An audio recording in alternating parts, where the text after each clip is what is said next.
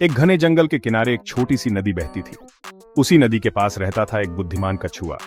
वह बहुत शांत स्वभाव का था और हर किसी के साथ अच्छा व्यवहार करता था। नदी के उस पार एक बड़े पेड़ पर एक गरीब बंदर रहता था।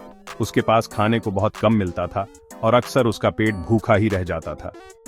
एक दिन वह बंदर बहुत उदास होकर नदी किनारे आया और रोने लगा। कछुआ उसकी आवाज सुनकर बाहर आया और पूछा, मित्र, क्या हुआ? तुम इतने दुखी क्यों हो? बंदर बोला, मैं भूखा हूं, 3 दिन से कुछ नहीं खाया, अब तो ताकत भी नहीं बची। कछुआ बोला, चिंता मत करो, मैं तुम्हारे लिए कुछ करता हूं।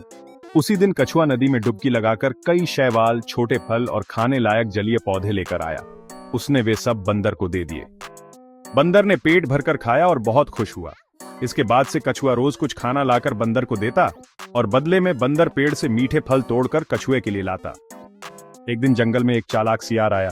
उसने कछुए को देखकर सोचा, वाह, यह तो आसान शिकार है। सियार कछुए को खाने के लिए आगे बढ़ा, लेकिन कछुए ने अपनी समझदारी दिखाई।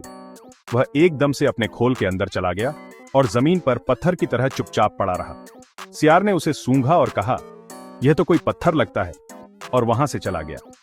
यह देख बंदर बहुत प्रभावित हुआ। उसने कहा, तुम सिर्फ दयालु ही नहीं, बहुत ही बुद्धिमान भी हो। इसके बाद दोनों अच्छे दोस्त बन गए और एक दूसरे की मदद करते रहे। जंगल में सभी जानवर उनकी दोस्ती की मिसाल देने लगे। कहानी से शिक्षा, सच्ची दोस्ती अमीरी या गरीबी नहीं देखती, बल्कि दिल की सच्चाई और मदद की भावना को पहचानती है। और जब समझदारी के साथ दया हो, तो कोई भी मुश्किल आसान हो जाती है।